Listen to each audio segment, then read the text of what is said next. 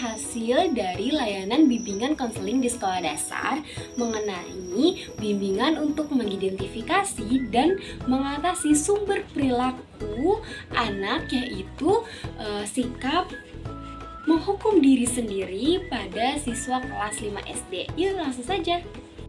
Jadi layanan bimbingan dan konseling yang saya berikan yaitu berada di rumah saya sendiri sebagai konselor, tepatnya di Jakarta Timur, Kramajati, yaitu di ruang tamu karena kebetulan siswa saya rumahnya juga berdekatan dengan saya. Nah, ruangan ini dipilih karena menyediakan suasana yang privat gitu. Di sini saya sedang berada di rumah sendirian, sehingga siswa juga merasa nyaman dan aman. Untuk mendorong siswa juga merasa tenang dan terbuka dalam mengekspresikan perasaan dan pikirannya tanpa rasa khawatir atau malu. Untuk memahami siswa ini ada beberapa aspek krusial gitu yang perlu saya gali. Beberapanya itu ada pemicu emosional. Apa sih yang sebenarnya yang memicu rasa murung, sedih, dan kata-kata negatif seperti bodoh sekali aku? Apakah ini hanya tentang nilai atau ada rasa takut akan penolakan, kekecewaan, atau kehilangan kasih sayang? Lalu, adanya sumber tekanan. Dari mana sih tekanan terhadap nilai ini berasal? Apakah murni dari ekspektasi pribadi yang tidak realistis? Atau ada tekanan kuat dari orang tua, verbal maupun non-verbal, guru, atau bahkan perbandingan dengan teman sebayanya? Lalu, apakah siswa memiliki pola pikir tetap di mana ia percaya bahwa kecerdasan adalah sesuatu yang tidak bisa berubah sehingga nilai jelek menjadi bukti permanen bahwa ia bodoh, atau ia memiliki potensi pola pikir bertumbuh yang melihat tantangan sebagai kesempatan belajar? Lalu, konsep diri. Bagaimana sih siswa memandang dirinya secara keseluruhan, bukan hanya di bidang akademik? Apakah ia memiliki harga diri yang rendah yang terkait erat dengan prestasinya? Apakah perilaku menyalahkan diri ini tuh sudah sering muncul? Bagaimana ia biasanya mengatasi kesulitan atau kekecewaannya? Saya memahami masalah peserta didik ini melalui pendekatan holistik dan empatik, meliputi pertama itu kita harus membangun hubungan, dimana menciptakan suasana yang hangat, akrab, dan tanpa penghakiman agar siswa itu merasa aman dan nyaman untuk membuka diri. Lalu saya juga mendengarkan aktif, dimana memberikan perhatian penuh pada setiap kata dan isyarat non-verbal siswa, lalu menunjukkan bahwa saya mendengarkan dan menghargai apa yang ia rasakan. Lalu observasi perilaku, mengamati ekspresi wajahnya, lalu bahasa tubuhnya, dan pola komunikasi siswa selama sesi untuk mendapatkan petunjuk tambahan tentang kondisi emosionalnya. Lalu menggunakan bahasa anak, di mana menyesuaikan bahasa dan istilah yang digunakan agar mudah dipahami oleh siswa usia SD tentunya. Dan yang terakhir itu ada empati, menunjukkan bahwa saya memahami dan memvalidasi perasaannya gitu. Mengerti, kamu pasti sedih sekali saat itu, tanpa membenarkan perilakunya yang menghukum diri. Teknik non-tes yang digunakan untuk memberikan layanan dan memahami siswa yang saya gunakan itu meliputi pertama itu wawancara konseling, di mana melakukan percakapan langsung yang mendalam dan terstruktur gitu, menggunakan pertanyaan yang dirancang khusus untuk anak-anak. Lalu ada observasi perilaku, di mana mengamati reaksi dan ekspresi siswa selama sesi wawancara dan saat melakukan aktivitas, misalnya tadi pada saat menggambar. Lalu ada teknik proyektif, di mana menggambar, meminta siswa menggambarkan perasaannya ketika menghadapi situasi tertentu. Tadi saya melakukan bagaimana sih perasaan kamu ketika mengetahui nilai ulangan kamu, siswa menggambarnya. Dan bercerita, yaitu mendorong siswa untuk menceritakan kisah yang mungkin merefleksikan perasaannya. Misal, bagaimana perasaan dan tindakan teman kamu jika nilainya kurang bagus. Cara saya menggunakan instrumen tersebut yaitu untuk yang wawancara saya memulainya dengan pertanyaan pembuka yang santai. Nah, setelah siswa merasa nyaman, saya secara bertahap itu mengerucut pada topik nilai dan perasaan terkait. Kemudian beralih nih ke pertanyaan yang lebih dalam tentang ketakutan dan tekanan. Dan pertanyaan-pertanyaan terakhir itu fokus pada pemecahan masalah dan dukungan. Lalu pada saat menggambar, teknik proyektif, setelah membahas tentang nilai dan raport ya, saya memberikan kertas dan pensil warna. Lalu instruksi diberikan secara terbuka agar siswa bebas berekspresi. Nah, setelah selesai menggambar, saya meminta siswa untuk menceritakan apa yang ia gambar. Nah, ini tuh membantu mengungkapkan emosi atau pikiran yang sulit diungkapkan secara verbal. Dan setelah itu bercerita.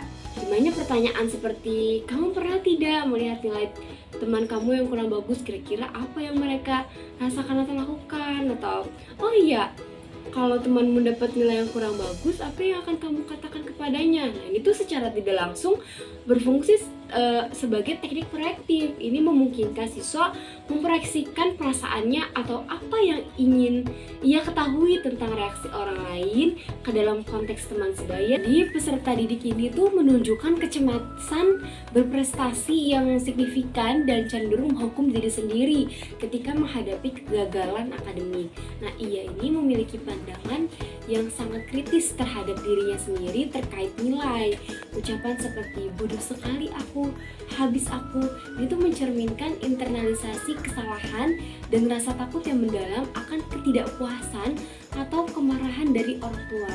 Nah, kebutuhan untuk diakui dan disukai itu sangat kuat, sehingga performa akademik menjadi tolak ukur utama bagi penerimaan dirinya.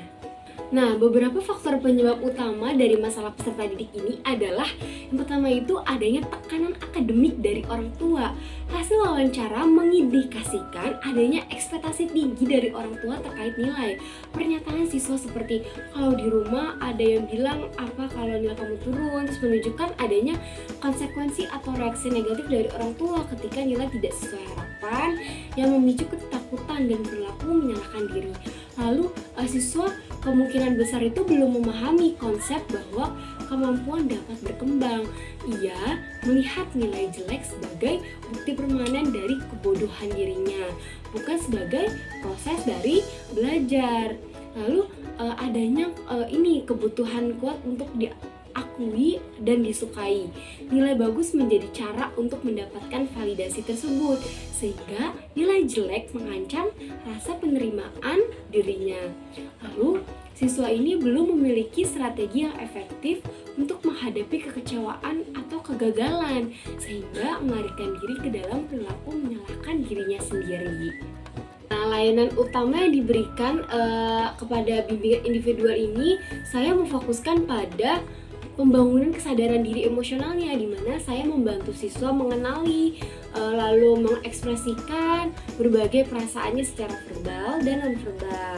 Lalu saya juga membantu siswa mengidentifikasi pikiran negatif yang merusak, yaitu kata bodoh, dan menggantinya dengan pikiran yang lebih realistis dan positif. Misalkan seperti saya belum mengerti bagian ini, saya akan coba belajar lagi, atau tidak apa-apa salah, saya bisa memperbaikinya, ataupun saya akan belajar lebih giat lagi, saya harus bisa lebih bagus lagi. Dan saya juga mengajak siswa untuk mengidentifikasi dan menghargai potensi serta keberhasilan dirinya di luar bidang akademik, misalnya hobi, keterampilan sosial, ataupun kebaikan hati.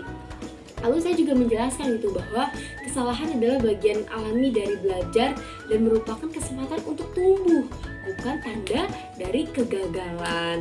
Lalu saya juga bisa mengajarkan strategi sederhana untuk mengatasi kekecewaan dan kecemasan. Nah, solusi yang saya berikan itu berfokus pada perubahan pola pikir dan respon emosionalnya, di mana ada teknik relaksasi sederhana seperti mengajarkan teknik penapasan perut atau tempat aman yang bisa digunakan saat merasa cemas atau sedih karena nilai.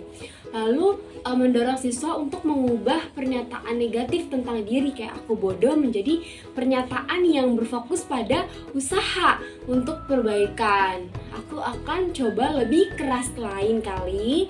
Aku akan bertanya pada guru kalau tidak mengerti.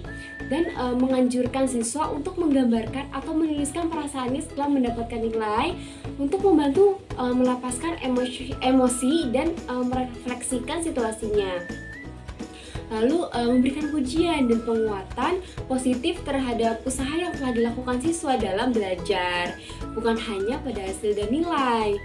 Membantu siswa mengenali dan menghargai kekuatan dirinya luar akademik, misalnya kamu jago menggambar atau kamu baik hati sekali sama teman-teman.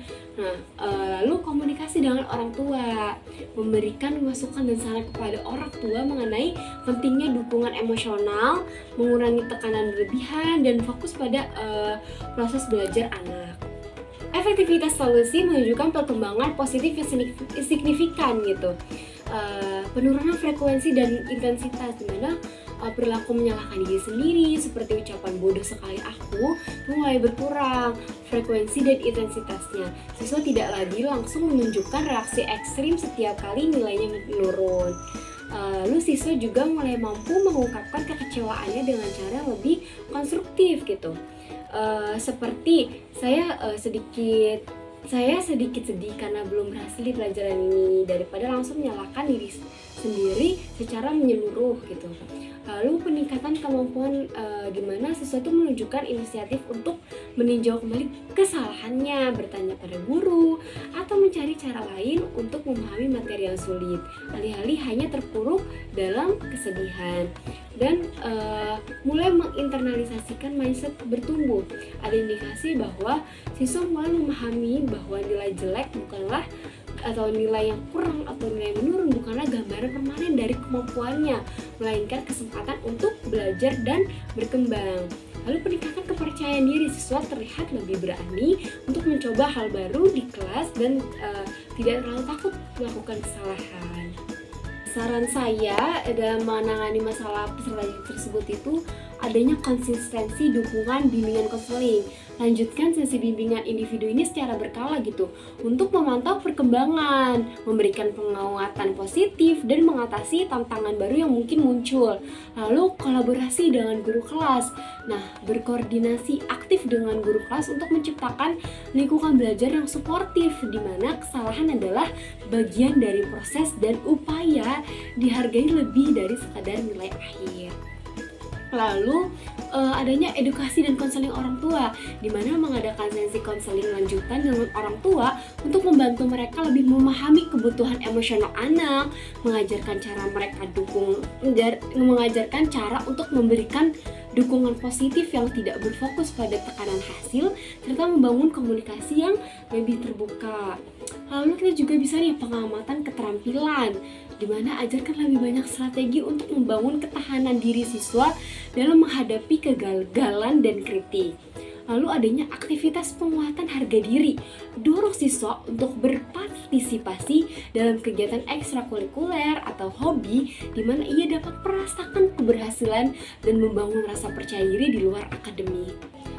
Lalu yang saya rekomendasikan untuk mengentaskan masalah pada peserta didik ini, itu yang pertama ada guru kelas, di mana guru kelas ini berperan penting dong dalam menciptakan kelas yang mendukung, lalu memberikan umpan balik yang konstruktif dan memonitor perkembangan siswa di lingkungan belajar sehari-hari. Lalu yang kedua ada orang tua atau wali murid tentunya sebagai agen utama dukungan emosional di rumah. Mereka perlu mengubah pola komunikasi dan ekspektasi yang dapat memperburuk perilaku menghukum diri. Lalu kerjasama orang tua ini sangat krusial.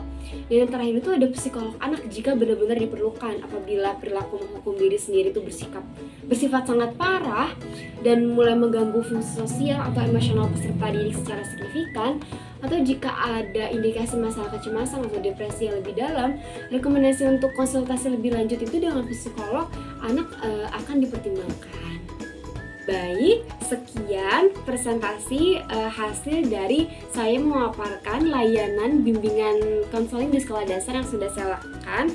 Semoga bermanfaat, kurang lebihnya mohon maaf. Wassalamualaikum warahmatullahi wabarakatuh.